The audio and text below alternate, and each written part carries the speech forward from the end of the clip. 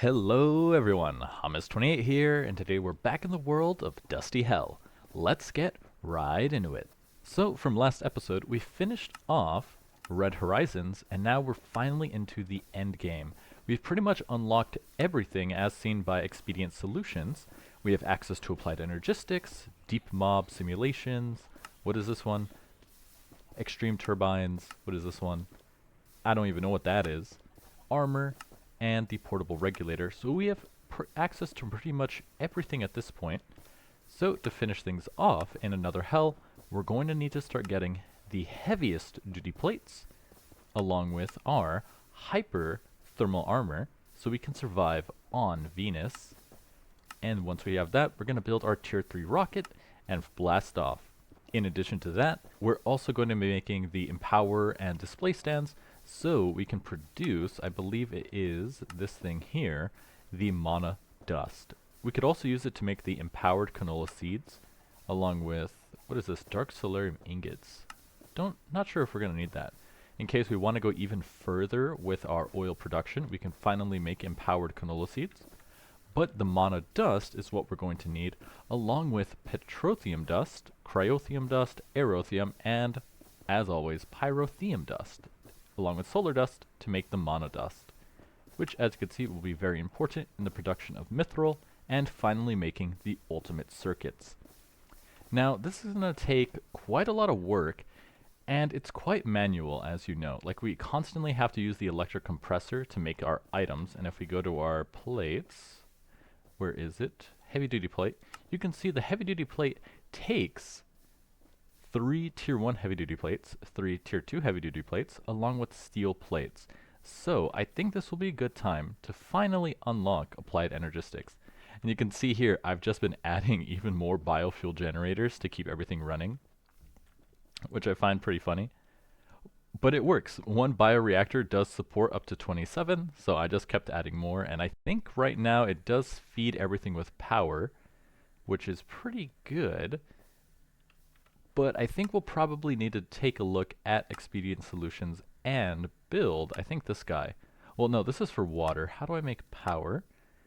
These guys might be a bit expensive, but not many generators can provide this much power. So maybe we'll figure that out for power, but I'm sure there's tons of other ways to do it. What is this? Solid. Was that there before? I don't remember. I did update the pack, so a couple recipes were changed, stuff was added. Like, I noticed that this has this submission here, but there was one more, so I actually want to click that because it was bothering me. Let's see here. Submit. Okay, so it was there, the ruined vivarium. I managed to pick up a weird transmission from that red planet nearby, a vivarium.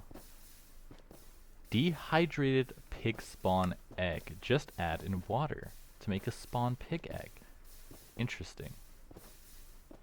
From that red planet. Not really needed though, as you remember, because we can just buy spawn eggs from the market bin right here. If you click all the way through. Okay, there's too many, but you get the idea. You can just buy the crops and the animals. I mean, that's where I got the cows and the chickens that are over here. But delving in AE2 should make crafting everything a whole lot easier. Luckily, it's not too expensive. I say that, but it's not that it's too expensive, it's that it takes a lot of circuits, which can get pretty expensive. Luckily though, our skystone doesn't have to be made. We can find this stuff on the moon, as you remember. And that's going to be really useful for making our first ME drive. Like you can see, just to make the ME drive takes dark steel plates, the engineering processors, elite control circuits. Like, it's crazy expensive. We'll also want to make this fancy ME circuit etcher because it makes the circuit etching of the processors a lot easier. As you can see, just combine silicon, control circuit, and the plate to make the processor. Whereas if you use the inscriber, well, you have to make the circuit and the silicon, and you have to print them, and that takes the inscriber circuit press. It's a lot of work. Whereas if you just make the circuit etcher, it just takes an inscriber, some extra steps, and it does it all in one. I mean, I guess that makes sense why it's called Lazy AE2. So we're going to head to the moon to grab a bunch of skystone. Alright, so we made it to the moon, and taking a look at our journey map, you can see we have a deposit of skystone right here, right next to us, and a lot more all over the surface, which is pretty useful. See, there's a couple nearby. So I'm just going to I'm going to start harvesting these. That way we can use it to start building out our applied energistics infrastructure. Alright, so after checking 1, 2, 3, 4, 5, 6 different meteorites, we were able to obtain all of the inscriber presses, which was really annoying. As you could see, we have 4 silicon presses and 3 logic presses and only a single engineering press and calculation processor, which was really annoying, especially the engineering press. This guy appeared in this one behind me, literally the last one I checked. Now we do have multiple stacks of our skystone, which we can now break down into crushed skystone to sieve to make our Certus quartz. And with that, we should be good to start off with AE2. So let's head back home.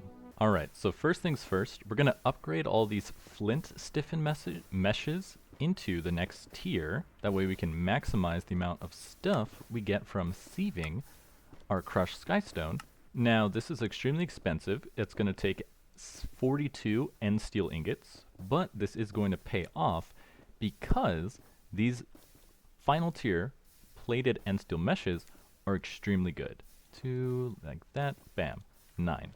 And now, for a little extra kick, let's grab some experience from downstairs, and we're going to see if we can enchant these with bonuses. So let's grab this solidified experience. Don't forget your lapis, you need that for enchanting. And now we throw this inside with our lapis, and we get Soulbound, Sieve Efficiency 4, Luck of the Sea.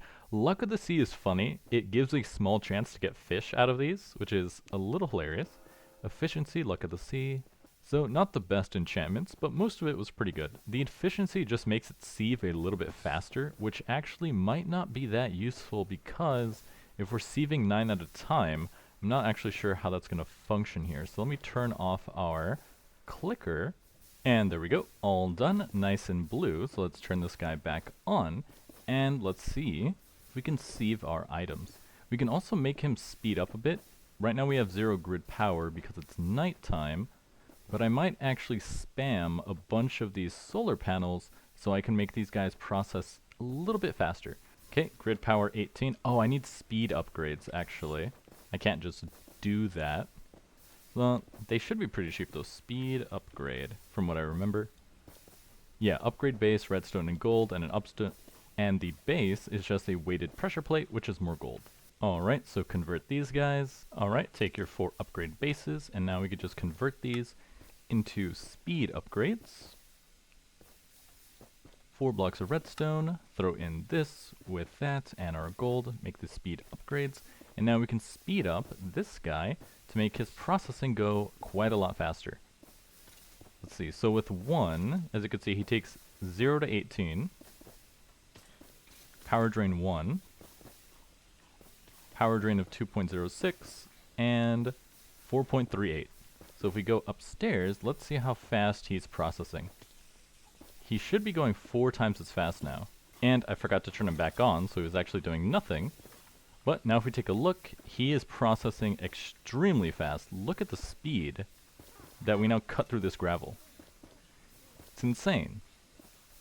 Now it is a little funky, and I think it's because of the sieve efficiency. I think that's what's happening. So I believe what's going on is the sieve efficiency is making some of them sieve a little bit faster, which is not what we want. So I think I'm going to have to unenchant these, and there you can see some of our fish products. Quite funny. But it is going really fast though, so even though we're only doing 2 at a time, this is still much faster than the 9 at a time we were doing previously. And now that we're generating this much ore that fast, it might be pertinent to actually increase the level of the servo we have to the final tier so we can pull items out even faster. As you can see, the resonant servo extracts every half a second, gives a 3x speed boost, and it can extract from multiple slots. To Enderium. Slap you on, ignored, and now it's sifting through a lot faster.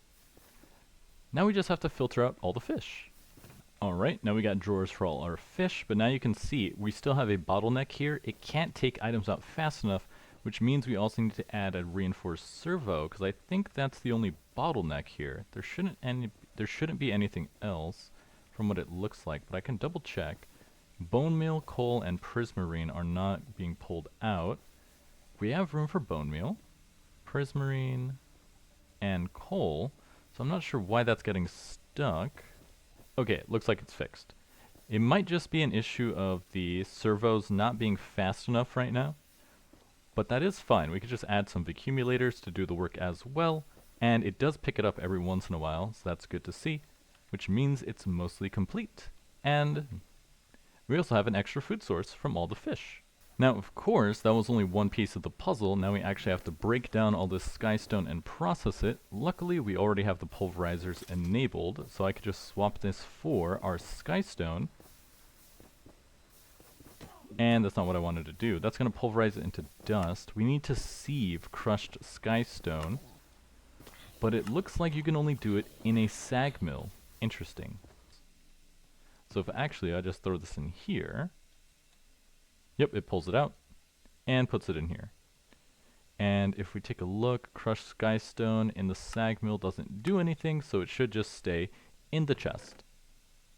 Now after sieving about a stack and a half or so, we have now received 1 and almost a half stacks of Certus quartz, 4 charged, and 4 Certus quartz seeds.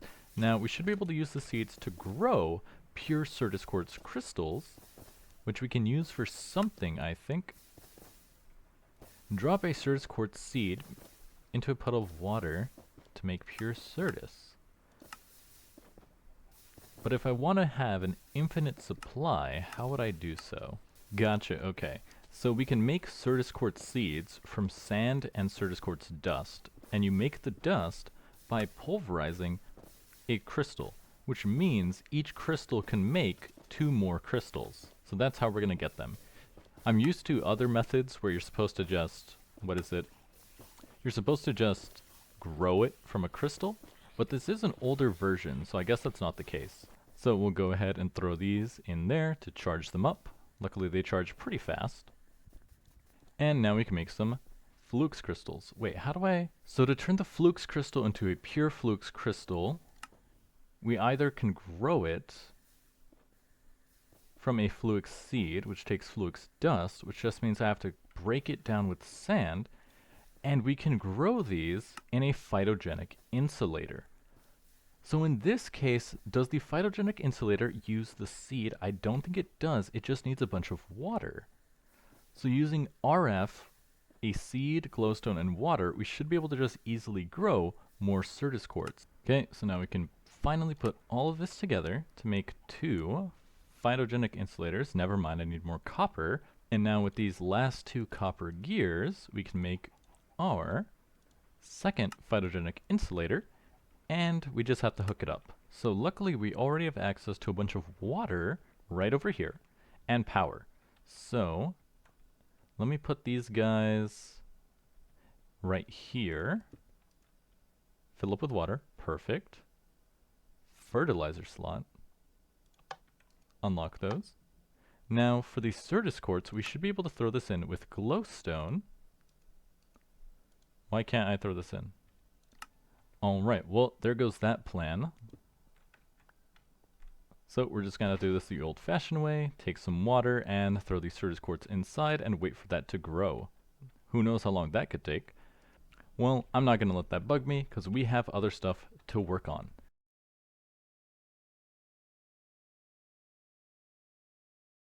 Okay, so I was very confused why it wasn't working. So I jumped into a whole new world in creative mode.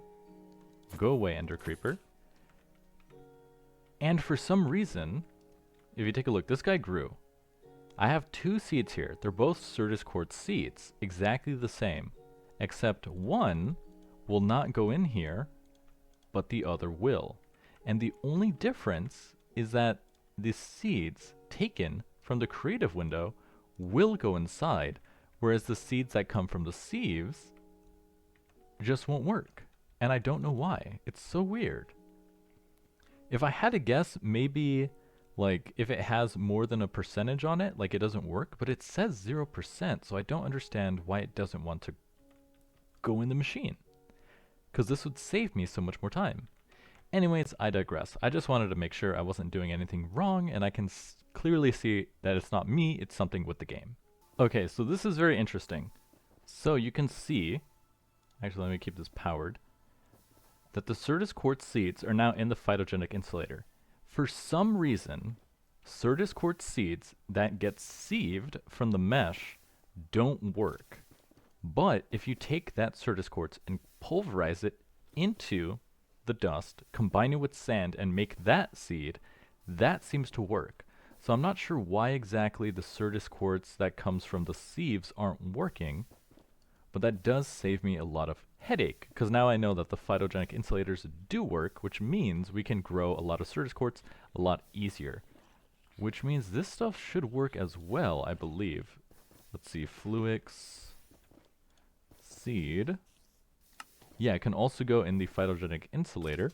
Just costs 3,000 water and 90,000 energy. So that should also work in here. So actually, if we check on these guys, yeah, they're still at 0. These guys don't want to go in, but these guys do. Interesting. I need to test something. Okay, interesting. So these are the ones I threw in the water. These ones I just crafted. So it seems like they basically have to be super pure. They can't have any MBT data attached to them, otherwise they don't go into the phytogenic insulator, which is very interesting. But now this does work, and I can power these, and those will grow it a lot faster. So I'm going to have to let these ones sit in the water for a long time until they grow. But for all the future ones, we can just use the phytogenic insulator. Now I am going to have to upgrade these to the resonant tier, get some speed upgrades to make them go a lot faster, but they still work.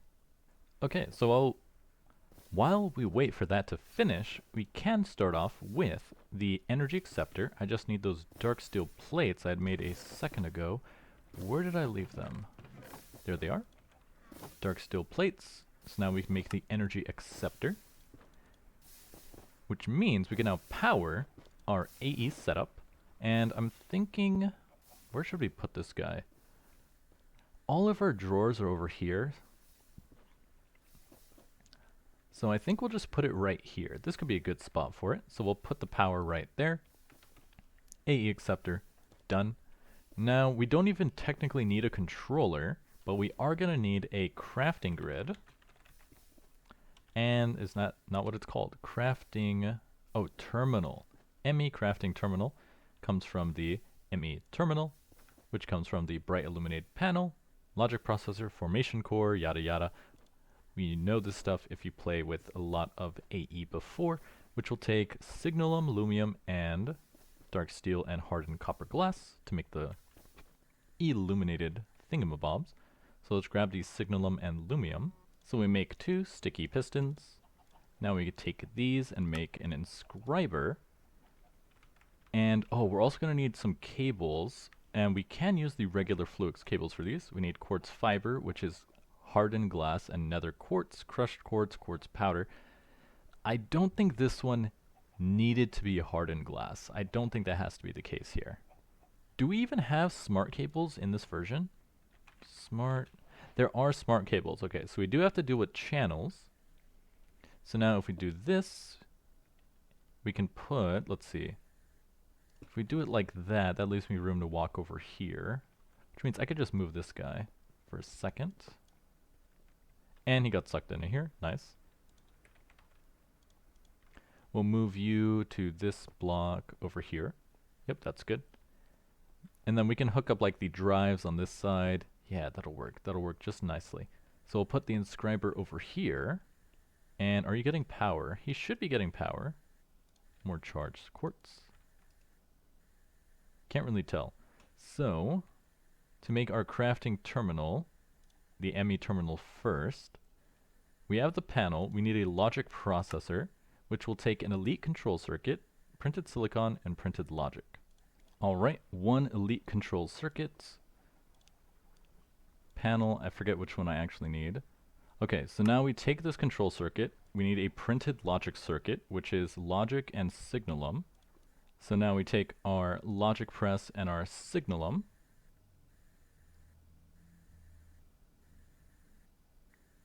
To make the first printed logic circuit, we take our logic press and our silicon. And why doesn't that want to work? Oh, I grabbed two logic presses, that's why. Silicon press, silicon. I was about to say, if I had another problem with this pack not wanting to do what I need it to do, to make printed silicon, and now we throw this inside with our elite control circuit to make the first, and hopefully not the last, logic processor. And now we just need now we just need a formation core and an annihilation core, which will take another two logic processors. Isn't that fun? Okay, another two elite control circuits, logic press and signalum. That makes two printed logic circuits. Now inscribe our silicon with two pieces of silicon. That gets us our printed silicon. Now elite control circuit, printed logic circuit, and printed silicon to make the second and then third final logic processor. Done. Okay, now we have three logic processors. Now we can make a formation core and the annihilation core. And the only thing we're missing is Fluix dust, which we can make very fast with our pulverizer. Fluix dust, now we can put it all together. Formation core, annihilation core, into an ME terminal. Done. Now, we can turn it into a crafting terminal with a calculation processor and a sequential fabricator. So now with these final copper gears, we can craft a sequential fabricator and make the ME crafting terminal. A much bigger table. Finally. Throw them on there. And it works. It just works. It's beautiful. It's beautiful. Now we just have to start connecting all of our storage things to the ME system, and we'll be good to go. So let's take a look downstairs to see if these have finished growing. They're at 3%. That's going to take literally years. Luckily these guys are growing. So now we have 4 pure Fluix crystals. Now we just need to make our engineering processor, which will take a enderium ingot, and then we can make our controller. So we throw in the engineering press and the enderium ingot to make our engineering processor. We throw in the silicon with our silicon press, and now we combine the printed engineering circuit with our silicon with our elite control circuit to make the engineering processor, and now we can combine this all together. Where's my skystone blocks? I put them in a chest somewhere. There we go, skystone blocks, to make our ME controller. And with that, the quest is completed. Expedient solution 4F. And now we just throw this guy right here. And there we go. The ME controller. The heart of the AE system is done. And with that, I breathe a sigh of relief. Because now we have the convenience of AE crafting. Once I hook up all of our storage buses to our, what are these called? The drawer controllers. Oh man, crafting is going to be so easy. There we go. The ME drive, the easiest part of this craft, because now we actually have to fill it with drives. And this is where it gets annoying. That is not how you spell it. ME, there we go. ME storage cells, storage cell. As you can see, we can store fluid and, I was going to say fluid and liquid, but that's technically the same thing. Well, all liquids are fluids, not all fluids are liquids. Items and fluids. Can you make this? No. But just to make a single ME storage cell, we'll take 3 signalum, 2 hardened glass, 3 dark steel plates, and the storage component. And the storage component by itself takes 4 signalum, 4 pure Certus quartz, and 1 logic processor, which as we know is another elite control circuit. I'm burning through like all of our alloys extremely fast just making these circuits. It's insane. Okay, so now once again combine silicon with logic with our elite control circuit to make another logic circuit. logic processor, and now we can combine that into our 1K ME storage component, and then combine that into our 1K ME storage cell. And with that, better than chess, the first storage cell is made, and we can store stuff in our AE system. It almost makes me want to cry. It's so good. Finally, a searchable storage interface. It's all I've ever wanted. It feels so sweet to finally have this after the 100 hours we've put into this mod pack so far. It's crazy. Then lastly, the only thing we're gonna need next is the storage interface. That's not it, that's the card storage bus, which is actually pretty cheap compared to the other stuff. Like, the formation cores aren't that expensive. In fact, we already have one, so I think we can craft this right away. We just need some pistons and stuff. Yep, there we go. See, I can store this in here now, just to make pistons so much easier. Because we need another one of these. Where did I leave my slime balls? Slime balls can go in there too. Sticky piston. And then it tells you what's missing. ME interface. Missing item. What are we missing? Oh, we need the glass. There we go, a bit more hardened glass. Interface. Make the ME interface. And now we can make the storage bus, which means limitless potential, which means I can now connect the storage bus to the drawer controllers, and we can view all the items inside. This is going to save us so much time, because now I can connect all of these drawers together, all of our gears and alloys, the ones down here as well, and to make it easier, they're all kind of far apart from each other.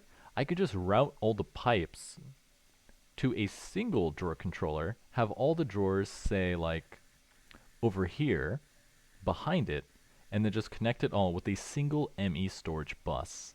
It will take a lot of item ducts to move everything to the right spot, but I think it'll be worth it. And now, at long last, everything minus a couple chests here and there aren't connected, but after shuffling some items around, throwing in a lot of these controller slaves into the mix, I was able to hook up mostly everything to our AE system. And now finally, it brings literal tears to my eye to finally have access to everything at the touch of a single button. This makes crafting so easy. Gone are the days of running around the base and saying, I need signalum, I need enderium, I need this random piece of ore, I need this iron, that gold, I need these plates, I need that alloy. Now everything can be reached in a single place. And it really puts into perspective just how much resources we have, because some things we're really rich in, like tin. We have tons of tin for some reason, but diamonds, even after all this time, are still really low. Then it lets us pull all of our ores all together, and it's just so nice. This makes stuff like crafting all of our circuits. Oh, sounds like the rocket's here. Crafting the circuits so much easier. Now I can manually craft a circuit, then make it into the advanced version, into elite, into ultimate once we get there, in just a couple of clicks. It's so nice. Before it's, okay, I gotta go to the crafting table, I gotta click everything, make sure we have all the stuff. Now we don't have to do that. There's a few stuff that isn't connected. As you can see, the cables kind of run around. I did the biggest storage things first. And if you're wondering why there's so many controller slaves right here, as you can see, there's 2 in the back, 3, 4, 5, 6, 7 of them. It's because the range collector was having troubles pushing things into a single drawer controller. I think the issue was the range collector sees the drawer controller as something it can send items to, but it only sees it as holding a single inventory slot. So it was getting clogged up really fast, and even though there's now 3 resonant servos on this, it was really only pushing the first thing instead of all of it. So I added more controller slaves because they essentially act as extra inputs to the overall drawer system, and now it can push everything in. Then we come over here, I threw in a slave back here so we could fit in this storage bus without having to touch the drawer controller on this side, so we can read all of our ingots. Then you can see the cables extend all the way around here to these drawers where we can access our gears and plates from this controller. And then our signalum, flux electrum, lumium, and enderium ingots can all be reached with the help of a bit of spaghetti. I just moved all the drawers up here so they were touching this block, and then just put a bunch of item ducts. That way they would feed all the way up here. It's really ugly, but when you're on this side, it looks great. And honestly, this is the biggest thing I'm looking forward towards, because now I don't have to keep jumping down here to grab something. I could just go to our I could just go to our crafting terminal and just craft everything we need. There is a couple of stuff I'm still gonna have to fix out. Like we have a couple of item ducts that don't connect to anything anymore. Like what was this even connected to? I don't recall. Oh, it was connected to this section over here. It was trying to pull, I forget what it was pulling. It was pulling something, but I do have to make sure that this is still working as before. I think it is because it's still connected to, I think it is because I didn't move this controller or this controller, so those connections are still available. And then the only thing pulling from here was coal, which I just threw in another slave on the bottom here and filtered it to coal for our plastic. But other than that, everything is just connected and it works, which is phenomenal. Now, I was reading the comments and, oh, I want to go in here to another hell. Actually, not to another hell, Expedient Solutions. And people were telling me that there's a lot of good stuff I could do for power generation, specifically the endergenic generator. But they did mention I really need to look up a guide on how to set this up, but it generates a ton of power. Now, the biggest tip that someone gave me was actually from the drop of evil. I was wondering how you're supposed to get wither skeletons, and they let me know that a skeleton that touches witch water becomes a wither skeleton, and they drop the drop of evil, which will be very useful. They did mention that if you use cursed earth to make a mob farm, though, you have to be very careful because it generates mobs extremely fast, so you can definitely get overrun. So I think I'll build that in between episodes. That way I can tear down the old one and build a fresh new one with cursed earth, because something I want to work on is, one, now that we have AE and I can store fluids, I think I can make this work a lot better. I need to upgrade all the tanks to hold more because it still gets clogged a little bit from time to time. But something I want to do is the process of making our ender pearls is still really slow because we're relying on cows growing, and every once in a while, it's not automatic. I have to keep refilling it with wheat, but I want to see this guy. Oh, it's so nice. Look at that. Mars cobblestone delivered, and then it went back up to collect some more. Anyways, I got lost on a tangent. So, is that a skeleton? No, that's my fuel loader. What we're gonna do is build a new mob farm using cursed earth and conveyor belts. That way I can connect all those mob drops to the mob grinder setup like we have over here for the cow, as you can see with the mob crusher, because I could just build it right above this, have all the mobs drop down, get crushed, and then we can collect all of that sweet fluid essence to just spawn other mobs like Endermen, so we can collect those drops. But I gotta say, this episode has gone on quite long enough. As always, I'm your host, Hamas28, and I'll see you guys next time.